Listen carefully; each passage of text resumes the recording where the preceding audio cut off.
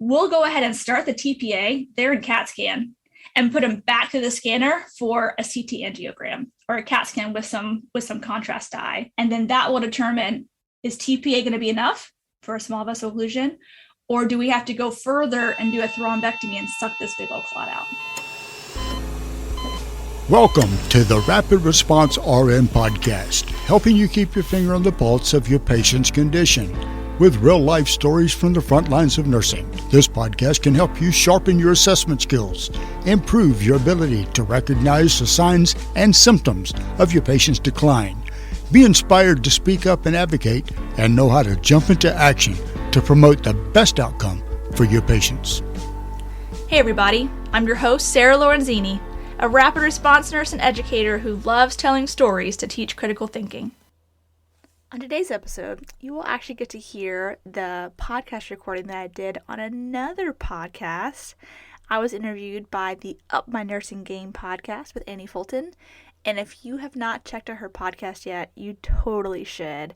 Her heart is similar to mine in wanting to give back to the nursing profession through education, through the podcast medium. Anyways, this episode is jam-packed full of all things stroke. And so if you've ever wondered, what am I supposed to do if a stroke alert is called, or how am I supposed to handle this patient, or what can I expect, this episode is for you. I really enjoyed talking to Annie and breaking down a topic that I love to talk on. So as soon as I stop talking, you'll get to hear Annie's voice and the recording from her podcast, episode number 39 of Up My Nursing Game. Check it out. All right. Welcome, Sarah Lorenzini, to the podcast. She is a rapid response nurse and educator who teaches nurses how to respond to emergencies. She hosts the podcast Rapid Response RN and has just launched an online course, which I'm excited to ask you about. She's passionate about equipping nurses with knowledge, skills, and confidence to jump into action when their patients are crashing. All right, Sarah, welcome. Hello, thanks for having me. I'm really excited to have you here today and hear more about your role as a rapid response nurse and what you have to share with our listeners. Can you just tell us a little bit about how you got to this point in your career that led you to be a rapid response nurse and educator? Absolutely. Well, first of all, I love being a rapid response nurse. It is my favorite job.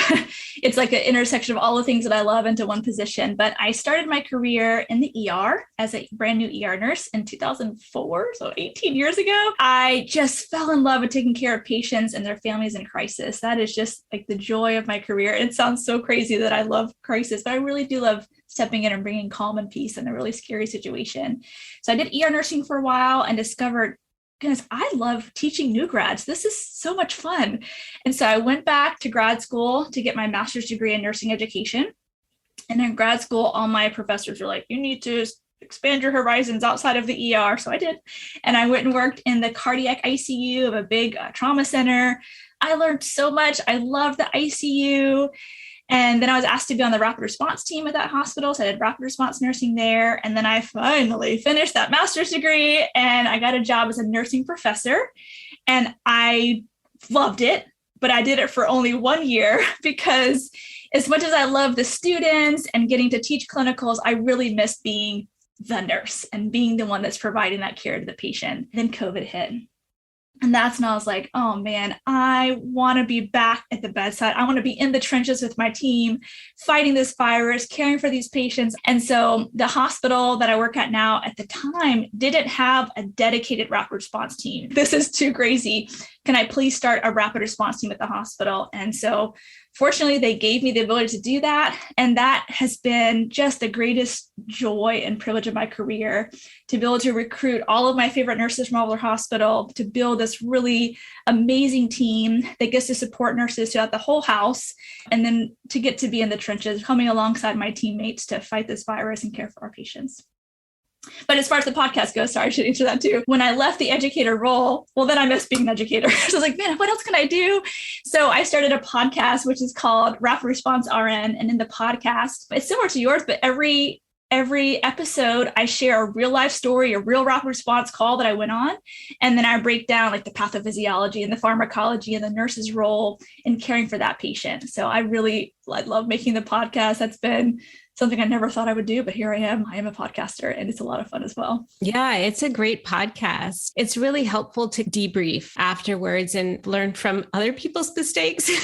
Yeah. And yeah, like you said, like kind of see a rapid response through the rapid response nurse's eyes is just, it's really helpful. And I think it's a great podcast. I was like you, I love all kinds of podcasts, but some of them are just so focused on like health and wellness, and that is so important. But I wanted to learn like the science, like what do I need to do? Like, let's break down the pathophys. So the podcasts that I'm drawn towards typically are that, like, if I'm going to be spending 45 minutes listening to this thing, I want to learn something. And so that's why yours is so great, because you really do delve into the stuff that they kind of just gloss over in nursing school. I have the same passion as you do. Let's give back to this career that we love so much and really empower nurses to do what's best for their patients. Yeah, absolutely. So I'm excited to talk to you today about the breakdown of stroke, starting from when a nurse decides to call a code stroke. Did you find as a rapid response nurse that you're getting a lot of calls early in the morning, like when patients are waking up, maybe after shift change? Because as a day shift nurse, I've had the experience of, coming on shift, a patient's asleep. We don't want to wake him up. Sleep's hard to come by in the hospital. And then once the patient wakes up, I'm like, whoa. This isn't what I was endorsed in handoff. This is a lot different. And I don't want to mess around with it. Yeah, it's both as patients wake up and as family members start to arrive at the hospital to visit. Yes. The family members often will say, "Whoa, what's wrong with mom?" Yeah. And so I'm glad you brought that up, because I just want to stress the importance of waking that patient up at bedside shift report, not to like do a full assessment, listen to all their heart sounds and check their pulse, not for all that. Just a quick baseline. Does this person wake up? Are they talking to me? Is their speech clear? Just a quick to understand, like, what am I working with here? So if when you go back in an hour, 2 hours to give the morning meds, there's a change, you can confidently say, this is not the patient I met at 7 a.m. This is very different. So it seems so mean to wake up a sleeping grandma, but if you know you're doing it for her best interest. So let's say you arrive at a code stroke, besides kind of doing a neuro assessment like an NIH. Can we talk a little bit about the diagnostics that you want to get done with this patient? Every hospital has a different setup, but at our hospital for a stroke alert is going to be the neurologist or their nurse practitioner and the rapid response nurse that shows up. So we kind of like convene around the same time. It's not like I have to do my NIH and they have to do their NIH stroke. I'm happy just to watch them do theirs and kind of see what feedback they're getting. My job is to pack up and go. Our biggest priority is to get to CAT scan, because I cannot offer any intervention until I know what kind of stroke the patient's having. So yes, an NIH stroke scale does have to be done before we administer anything, but it could be the neurologist that does it. We could be doing it kind of simultaneously. I'm on this side of the body, you're on that side of the body. But yeah, definitely NIH stroke scale. Quick set of vital signs. So what's that blood pressure doing? That's really important. And then book it to CT. That is always my priority. So if you were to see me show up at a rapid, I'm listening to the nurse as I'm unplugging the bed from the wall and disconnecting everything, like getting ready to hustle to CAT scan. Because the longer it takes us to like talk through this whole thing and do this whole neuro assessment, brain cells are dying. So I'll finish my NIH stroke scale in the elevator en route to CT, knowing that CAT scan is so important, so we can actually know what the treatment is. Where do labs fit in all of this? Because I imagine you're talking about a wide differential here if you're not sure this is stroke, right? Like, how important is it to get something like a lactic on this patient? Lactic, not so much. The only big lab would be platelets. But a lot of times patients have already had that in the last 24 hours or so. They had labs drawn and we have a platelet count. But other than that, we're just going to go to CAT scan. We wouldn't even delay CAT scan waiting for a BUN and creatinine, because we can always rinse out the kidneys afterwards. Because yes, we're worried about kidneys, but the brain is actually more important than the kidneys. So, old school thinking is like, wait, we have to get a BUN and creatinine to see if they can handle the contrast. But if we're waiting for all that and brain cells are dying, like, how are we really helping the patient? So CT first, we have to know what's going on. If we discover that the kidneys are kind of having a hard time filtering, sure, we can give some extra fluids later on, but CAT scan is always the first priority, even before labs. Let's talk about this CAT scan, because I always think of a CAT scan for a stroke to be a non-con. meaning non-contrast. But you're saying that you sometimes do use contrast? Yeah. So to make the determination if a patient is going to get TPA or not, all you need is a non-contrast CT. And that's a quick in the scanner, out the scanner. We're really just looking for bleeding. You can't see on a non-contrast CT a clot. You can't see that. So as far as differentiating, is this ischemic stroke or hemorrhagic stroke? It's more like we've ruled out hemorrhagic, so it must be ischemic. So that's the point of the non-contrast CT. So at least at our hospital, yes, non-contrast CT first thing. As soon as we get that, we can decide if this patient needs TPA or something else, which we'll talk about that in a minute. We'll go ahead and start the TPA there in CAT scan and put them back to the scanner for a CT angiogram or a CAT scan with some contrast dye. And that helps guide us to the next level of therapy. So this kind of is a great interlude into what else I want to talk about is the different types of therapy that's available for patients that are having a stroke. Everyone knows about TPA or tissue plasminogen activator. It's basically like a clot buster, antifibrolytic. It breaks up clots, right? It's like Drano for the blood vessels in the brain. It's big guns. It definitely has risks that are associated, but most hospitals are at least a primary stroke center, which means they have the ability to administer TPA, at least start it. They may have to ship the patient out after TPA, but at least have the drug on site to start for the patient. There's also hospitals that are comprehensive stroke centers, and that's where, yes, they can give TPA, but they also have the ability to do a thrombectomy. And that is a really cool procedure where they grow in through the groin, feed a catheter all the way up into the brain, shoot some dye, figure out where the clot is, and then literally grab hold of it, like suck the whole clot out, which is an even more effective therapy than TPA by itself. So for a small vessel occlusion or an ischemic stroke that's in a little vessel, a little tiny clot, TPA by itself usually is enough to break the thing up and, clear out the pipes. But for a large vessel occlusion, like your MCA, for example, a big old clot, the TPA really is just kind of soften the borders of the clot. It will reduce the symptoms the patient's experiencing, but it's probably not going to cure it completely. So that patient really does need a thrombectomy. So let me just parse apart a little bit of what you were talking about with the CT fast and going for a thrombectomy. So you're saying that once you get this initial CT non-contrast, that basically rules out a hemorrhagic stroke versus ischemic, correct? Correct. Yep. And that's really all that it can do diagnostically. Okay. So, but you're saying that once you get contrast with a CT, you can see where the clot is. Is that correct?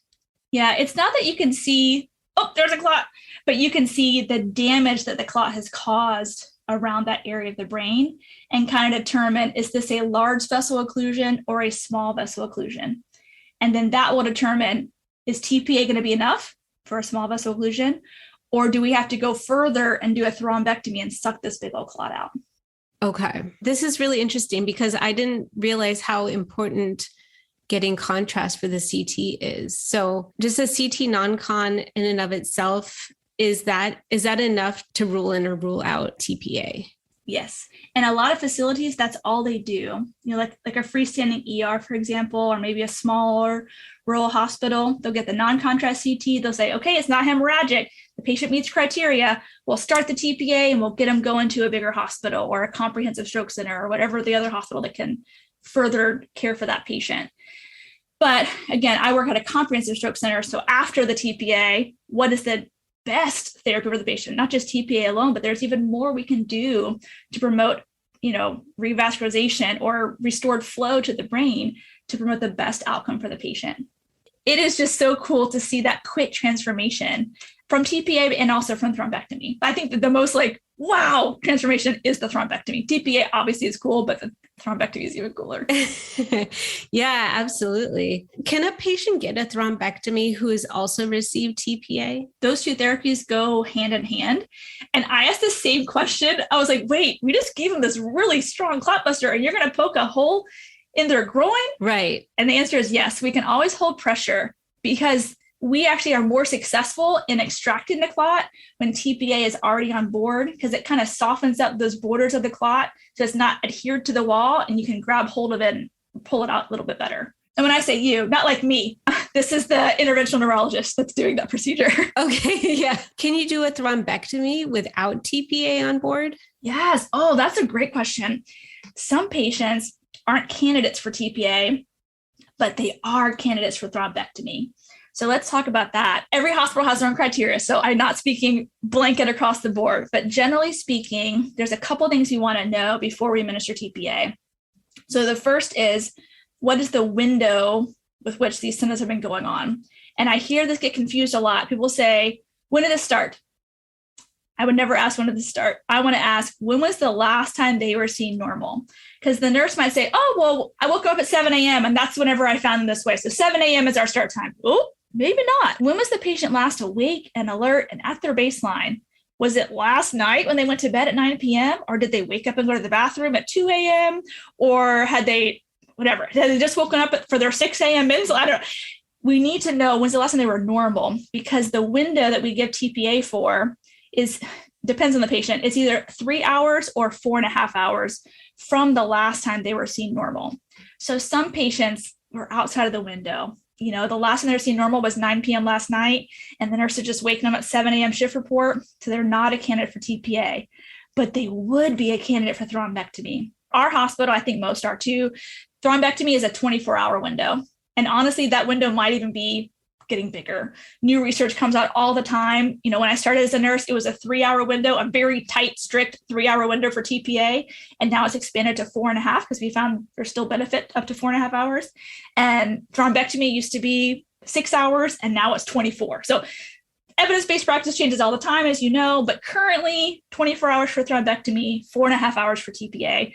But if we miss that window for the TPA, or the patient's already on blood thinners and their INR is 2.5, or they had a recent bleed somewhere, a recent surgery. For example, we have lots of heart surgery patients that when they wake up from their surgery, they're having stroke-like symptoms. And they did have a stroke. It happens when you put patients on heart-lung bypass. So they did have a stroke. They're definitely not a candidate for TPA. We just cut their chest open, but they are a candidate for thrombectomy. And we've seen just amazing results, patients going for thrombectomy, extracting the clot, and then they can go back to their baseline. So I'm so glad you asked that. TPA is awesome. Thrombectomy is even more awesome, and especially for patients that aren't candidates for TPA. It's pretty strict criteria who can get it and who cannot get it. Are there any restrictions for thrombectomy besides time, like location of the blood clot? So everyone's anatomy is different. Some people just have such small vasculature, they can't even get the wire into where it needs to go.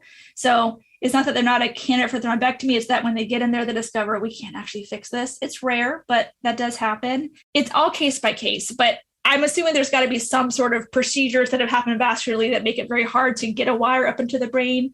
But for the most part, they'll still try it. Every patient that has stroke symptoms, it appears to be an ischemic stroke. It looks like a large vessel occlusion. We want to give them that chance at getting their life back. And so they'll go for the thrombectomy, even if they might discover once they get in there that, this patient's anatomy doesn't allow for this procedure to be successful. Yeah. So who performs a thrombectomy? I think almost all the time it's a neurointerventionalist. Okay. Interventional neurologist. So this is a doctor who is a neurologist, and they're also board certified as an interventional radiologist. So these guys have been in school for a long time, and this is their specialty. The procedure is so cool to watch. It's almost like the doctors playing video games. Like there's a big screen and they have like buttons and knobs that they're turning and pushing. We're not opening the patient's brain at all. Everything is done through a hole in the groin, and they're just manipulating this catheter around and sucking the thing out and just giving this patient their life back. But it's all done as if they're playing video games on a big screen. And they're seeing the images through like fluoroscopy. Got it. Very cool. So thrombectomy is not the only, TPA and thrombectomy are not the only interventions. Can you talk about what a ventriculostomy? Sure. So we've talked a lot about the interventions for ischemic stroke. So when there's a clot in the brain that's obstructing flow, and we're trying to save what's called the penumbra. So the area around the clot that is not dead yet, we're trying to salvage that. That's the part we're trying to save there for ischemic stroke. So TPA breaks through the clot to restore flow. Thrombectomy sucks out the clot to restore flow. Okay, so that's ischemic stroke. For a hemorrhagic stroke, totally different interventions. So hemorrhagic stroke is when a blood vessel has burst inside the brain and the bleeding is now causing these stroke-like symptoms. So 1, bleeding is irritating to the brain tissue. 2, it's taking up space in the brain, compressing the brain tissue itself. So that can cause symptoms. So one way to alleviate the symptoms is to basically put a drain inside the brain and pull off some extra CSF to make more room. So I'm sure you remember from nursing school, the Monroe-Kelly doctrine. Everyone's like, what? That is the theory that the skull is a closed vault. And inside the skull, there are 3 components. So brain tissue, cerebrospinal fluid, and then blood volume itself. And that's really all that's in there. But because it's a closed vault, if any one of those components is increasing in size, well, the other 2 components are forced to shrink down in size. And that's where we have the problem. So if we have a hemorrhagic stroke, it's not like, oh my God, they're hemorrhaging to death. No, it's not that much blood, but it's enough blood to compress the other components. So now there's less space for CSF and there's less space for the brain tissue itself. So when you look on the CAT scan, sometimes you'll see what's called a quote unquote shift. And that's where the brain tissue is literally squished to one side. And that causes those terrible symptoms we see, the change in level of consciousness or the pupillary changes or Cushing's triad, which is where the systolic goes up and the diastolic goes down. The patient gets bradycardic. They have like funky respiratory system where they're big gasp and then long pauses and little shallow breaths, like no pattern at all to their breathing. All those things tell us there's increased intracranial pressure. And so it's not a permanent fix, but a temporary fix to temporarily make a little more space inside that closed vault is if you literally drill a hole with a drill, it's a sterile one, with the drill into the brain and feed a little catheter, kind of looks like a miniature feeding tube or like a little miniature Foley catheter, feed it into the brain. And now we can pull off some of that excess CSF in the blood to make more space because there's no way to make more space, right? It's not like when you injure your arm, it's going to swell, but there's room for swelling to go. Your arm is stretchy. Your skull, it's not stretchy. No. And so if there's swelling that's happening, and swelling will happen when there's bleeding in the brain, it gets really pissed off when there's blood touching it. So swelling starts to happen, the bleeding's filling that space, there's nowhere for it to go. So we make somewhere for it to go with a ventriculostomy. As you can imagine, this is a very high-risk procedure, definitely done by a very trained clinician, a neurosurgeon. At our hospital, we'll do them right there at the bedside. Like we will do it in IR, we'll do it in the ER, in the ICU. It's not something you have to go to the operating room for. Oftentimes it is like this patient is about to die if we don't make space inside their skull right now. And so the idea of waiting to go to the OR is not often in the patient's best interest. We need to do it as soon as possible. So at a comprehensive stroke center, ER nurses, ICU nurses, and interventional radiology nurses are all trained for how to set that up at the bedside and do it right there. So I have like so many questions about ventriculostomy. I personally don't know much about it. I don't work in a neuro floor. So I was wondering, when we're talking about a hemorrhagic stroke, kind of going back to the beginning of our discussion here of assessing a patient who's having a CVA, is their presentation different than someone who's having an ischemic stroke? Generally speaking, yes, but we cannot prove anything or go drilling in anybody's skull until we have a CAT scan. So my gut might say this looks like a bleed, but we're not going to do any intervention until we can prove it with CT. So your ischemic stroke presentations often are those like unilateral weakness, slurred speech, that kind of stuff. When you start getting like the gaze deviation or like change in breathing pattern, or the patient is completely aphasic, not even trying to talk to you, like not responding to you, that often is the bleeds. But again, I've seen the gamut of stroke-like symptoms and been surprised. Sometimes I thought it was hemorrhagic and it turned out being ischemic. There's been times when I thought it was ischemic and it turns out it's hemorrhagic. So really the CAT scan is the telltale, like the required diagnostic test to determine what path are we going down, TPA and thrombectomy or ventriculostomy, craniotomy, ICU. I mean, it really, the CAT scan is so important. Yeah. I've had patients in the past for whom worried about brain bleeding. And I kind of got the sense once from listening to a doctor talk about the patient that doing this, the NIH scale isn't necessarily as helpful as just seeing the patient globally, because you're not necessarily going to get that unilateral change, but more of a system-wide change, right? Like altered mental status, gaze, aphasia. If you think about what's happening with an ischemic stroke, you have one point in the brain that has a clot. And so the surrounding areas of that part of the brain, frontal lobe, occipital lobe, wherever the spot is, it's going to have symptoms related to it. So very specific symptoms: left-sided weakness, left-sided paralysis, left-sided facial droop, left or third speech, whatever the thing is. But for a hemorrhagic stroke, you have global symptoms because the whole brain, the whole thing is being squished. The blood flow to the whole thing is being impaired. And so the biggest symptom you're going to see initially is change in mental status. That is your big clue that, oh, something is altered. Wait, they were talking to me and now they're having a hard time talking, or now they're not waking up, even worse, or now they're not responding to pain, even worse. So like the level of severity is going to increase as the hemorrhagic stroke evolves. And so, yes, there are some very end signs like Cushing's triad or pupillary changes, but that first one, as the bedside nurse, you're going to clue into is altered level of consciousness. Again, why it's so important to know what is the baseline.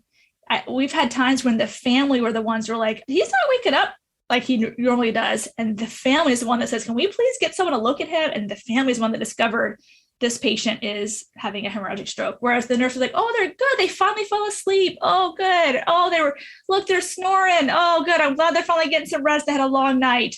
They look so peaceful. They look so comfortable. Right. Yeah. Yeah. So you were talking about ventriculostomy as an intervention for hemorrhagic strokes. Is that the only intervention? Are there other things you can do to decrease ICP, or is it really just the ventriculostomy? That's kind of the gold standard. There's also like a burr hole procedure that'll kind of release pressure. Some patients need a craniotomy where they go and literally cut the thing open and clear out the blood manually.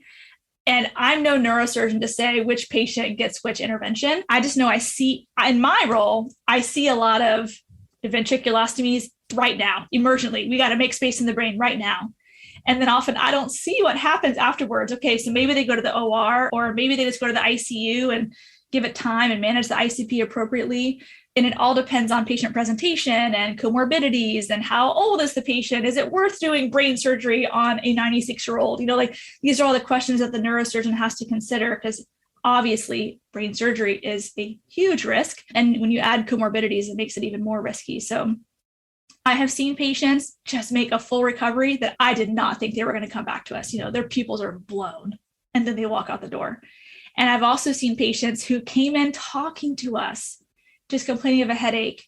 And then the brain bleed just evolved so quickly and they ended up passing. So neuro is a tough one because you can't quite predict the outcome the same way that you do with, say, like heart patients, where you're like, okay, well, their EF is this and their lab values are this. So we think that they're going to be able to, do well with this medical regimen.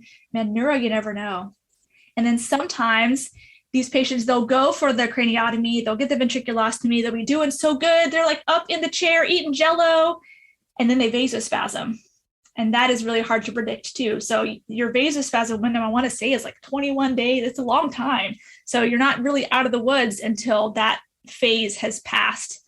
So props to the neuro nurses, because it'll rip your heart out sometimes when you're like, yes, they're getting better. Oh no, they vasospasm. Like, it's really hard. And the decline happens really quickly. Yeah. Once that bleeding hits the brain, they start having symptoms pretty quick. Is there any role for like osmotic agents in this? Like mannitol, for example? There is. So there's two big drugs that we give. Mannitol is one. I like to call it brain Lasix because it's kind of like a diuretic to help pull the fluid out. Mm-hmm. So if you think about a brain itself, the brain cells themselves are swollen. So we can give brain Lasix or mannitol and kind of pull some of that fluid and have them diurese that off. So mannitol is helpful. We also give hypertonic saline like really hypertonic, 23.4% hypertonic saline, which is a crazy salty solution. And if you think about osmosis, how that works, if you have a high concentration of salt in the blood because you gave hypertonic saline, because of osmosis, same process, it'll pull the fluid out of the cells and pull it into the bloodstream. So that decreases the swelling inside the brain. But whenever you do that, so we pull fluid from cells to bloodstream, now you're going to increase the blood volume and with it increase the blood pressure. And some neuro patients do well with more blood pressure. Some neuro patients, that's risky. You don't want to make their blood pressure too high. So this is more ICU nurse thinking, but when you're deciding, okay, do they need mannitol? Do they need hypertonic saline? You have to think about what are their vital signs doing? What is their osmolarity right now? What is their sodium level? What's the best treatment for this patient? Considering what's their blood pressure, so like we have to think through all those things to choose the best one, because mannitol is going to make you pee a bunch. So your blood pressure will drop versus hypertonic saline is going to shift fluid into your bloodstream, increasing your blood pressure. So what does this patient need? Are we prepared to combat that with either vasopressors or antihypertensives, depending on what the outcome of that drug is? Got it. And is this done in conjunction with something like a ventriculostomy or burr hole? Yeah. So it is all hands on deck when you have a brain bleed. So I've got one nurse over there rapidly setting up the ventriculostomy, getting ready for the procedure. I have the next nurse priming the tubing for the mannitol and the hypertonic saline and getting the central line stuff together, because you had to have a central line for hypertonic saline for 23.4% hypertonic saline. So someone's getting the drugs going. Someone else is titrating other drips to make sure the blood pressure is stable. There is so much going on to stabilize this patient. And, a lot of times, like, the cool cases in the movies is like, there's blood everywhere. This patient is a patient that's laying there still in the bed. They don't necessarily look sick, but man, so much is happening inside their skull. And so we have to act really fast or they're going to lose brain tissue permanently. Yeah. So we've talked about ischemic strokes. We've talked about hemorrhagic, and sometimes, unfortunately, you can get a combination of the two. So I was wondering if you could talk about, the risks associated with TPA and a hemorrhagic conversion. Sure. So I want to start by saying TPA, when I started my career, was considered this huge risk drug, and it was a very narrow criteria for who could get it. But the more studies we did, we found out actually patients do pretty well with this stuff. And we're going to increase the window to 4.5 hours. And very, very few patients have poor outcomes. Statistically, and it depends on which study you read, about 4 to 5% of patients will have what we call hemorrhagic conversion, which is where they started with an ischemic stroke, a clot. We gave the clot buster, the TPA, and now they're bleeding into their brain. And now we have a hemorrhagic stroke where we started with an ischemic stroke. So hemorrhagic conversion, that is the worst case scenario. That's what we're really worried is going to happen. And yes, you could have bleeding from other spots, like your IV line might bleed, your Foley might bleed. They could bleed anywhere. Their gums might bleed. But the bleeding I'm really concerned about is bleeding to the brain. So 5% to me is very low risk. If it was my grandma, I'd say, yeah, give them the TPA. However, we can reduce or mitigate some of the risk by going faster. So the closer we get to that window, that 4.5 hour window, the higher risk for hemorrhagic conversion. Because if you think about it, the longer we have ischemia going on, the brain cells, the tissue gets very friable, very delicate whenever it's lacking oxygen. So the longer it's been lacking oxygen, the more sensitive it is, and the more likely it's going to convert or to bleed out. So in my experience working at a comprehensive stroke center where our door to needle time, which is the time that rolled into the door at the time we gave the TPA, is about 20 minutes, because we're so fast, we rarely see hemorrhagic conversion. But I know other facilities, maybe like rural hospitals, where it's taken the patient an hour to get to the hospital, or they blew off their symptoms for 2 hours prior, so we're close to that 4.5 hour window. The closer you get to that, the increased risk of hemorrhagic conversion. So it's not like, oh, we got 4.5 hours. We don't have to run. It's okay. We still got an hour left. We'll just wait for it to come from the pharmacy. I'm going to go on my lunch break and I'll come back and get the TPA. Absolutely not. Because the longer we wait, not only are brain cells dying, but also the more risk for a bad outcome from the drug we tried to give to save them. So that 5%, in my career, do not see a 5% hemorrhagic conversion. I don't know what the stats are for my hospital, but it's definitely not that high. What I see is patients that recover usually, but I have seen, how many times? But I think I have personally seen hemorrhagic conversion 3 times, and I've been a nurse 18 years. So I know that it happens more than that. I mean, that's what the stats show, but going faster and making sure you're using good criteria for who gets TPA and who doesn't, all those things contribute to decreasing hemorrhagic conversion. The other thing, which seems silly, is blood sugar. If the blood sugar is high when we're giving TPA and while we're infusing it, that also makes the cells kind of more sensitive and more at risk for bleeding. So we actually really want to control blood sugar too. Now, it's not like we would say, oh, no TPA for you. You got diabetes. No, those are the patients that get strokes, right? So we just want to make sure we're controlling the blood sugar well. And then the other factor that really contributes to hemorrhagic conversion is patients whose blood pressure is getting too high. So when patients get TPA, we're taking the vital signs every 15 minutes. We are doing neuro assessments every 15 minutes. Like this is a really labor intensive patient because you're in that room all the time, messing with that patient, figuring out do they have weakness on one side or the other? Can they answer these questions? How are their people? Like, you're doing a neuro assessment every 15 minutes. So the patients get to be like, oh, she's back again. But it's so important to see how is their blood pressure doing? Because obviously if we have increasing blood pressure, with clot busters running through the vessels, we're way more at risk of rupturing. So we have to keep the blood pressure down so there's less stretch on those vessels and less risk of rupture. So you have to keep the systolic less than 180 while you're giving TPA. We kind of shoot for more like 140, less than 140. One last thing I'd like to touch on is the vasospasms that you were mentioning. I know this kind of goes beyond what you do as a rapid response nurse, but as an ICU nurse, I was wondering if you could talk about what exactly vasospasms are in the setting of stroke. Well, it's just what it sounds like. The blood vessel itself, which used to be open, well, now it's spasming and clamping down. So the vessels are causing what would be like a stroke, but not from an occlusion. Now it's just because the vessel has no more flow. It's clamping down on itself. So vasospasm symptoms would be the same ones that you would see with a stroke. Whatever vessel is vasospasming, the tissue surrounding it is going to create symptoms. So stroke-like symptoms, slurred speech, change in mental status, like all the same ones, right? There's drugs that we give to try to prevent it. Nimodipine is the drug that we usually give. And it's so important to give that drug on the dot when it's ordered, not to skip a dose, because that's how we prevent vasospasm. Patients that we think are vasospasming, and again, you can't tell just like looking at them, you could assume, they'll take them back to the IR suite, the same place that they did the thrombectomy or whatever procedure, and they can kind of shoot dye and see where the spasm is, and sometimes give localized therapy to vasodilate and open that blood vessel.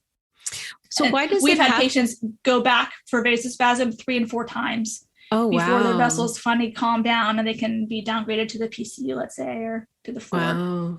So what is it about stroke that causes these vasospasms?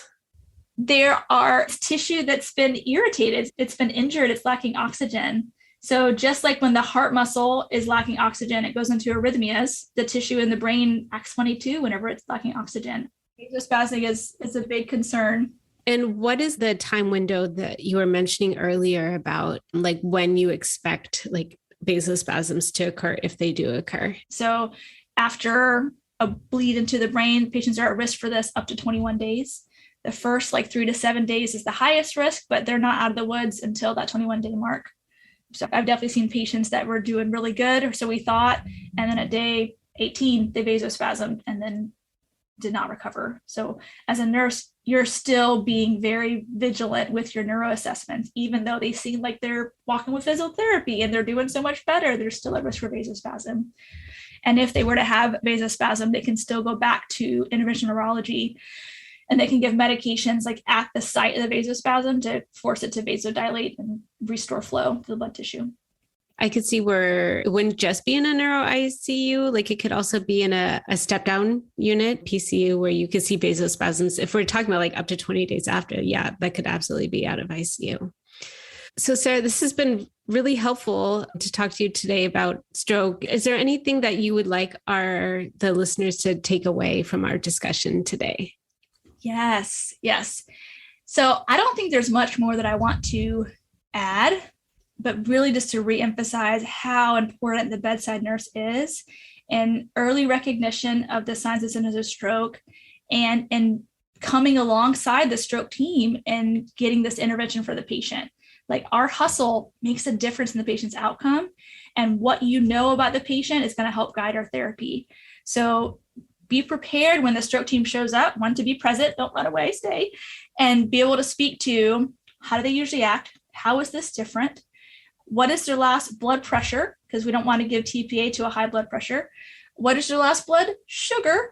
Because we don't want to get TPA when they just need dextrose. Mm-hmm. And then are they on any blood thinners? Because some blood thinners would keep the patient from getting TPA. So like Coumadin, or, there's a lot of drugs that would keep it. Aspirin and Plavix, we'd still give the TPA for, but we want to know, like, what's their most recent INR? How are their platelets? That kind of stuff. Be prepared to speak to that. And then any recent surgeries and all that. We don't know that stuff. We're so dependent on the primary nurse to know. And then hustling to get to CAT scan. And you're probably like, where's everybody going? Well, we can't do anything for this patient until we know what's happening inside the skull. So we can know, are we going on the track of giving a clot buster and a thrombectomy? Or are we going on the track of ventriculostomy? We can't do either one until we know what we're working with there. So get your nurse tech in the room, clear a path to get to CAT scan, disconnect everything from the wall, the tube feeds, disconnect them, like move the bedside table over, like make space to be able to move out of the room. And then the family is so important. Trust what they have to say. They can pick up on the little nuanced changes that maybe we wouldn't know because we don't know the patient as well as they do. So just trusting the family whenever they're concerned, you should be concerned too. I really appreciate that. Sarah, I also wanted to give you a chance to talk about this course that you made.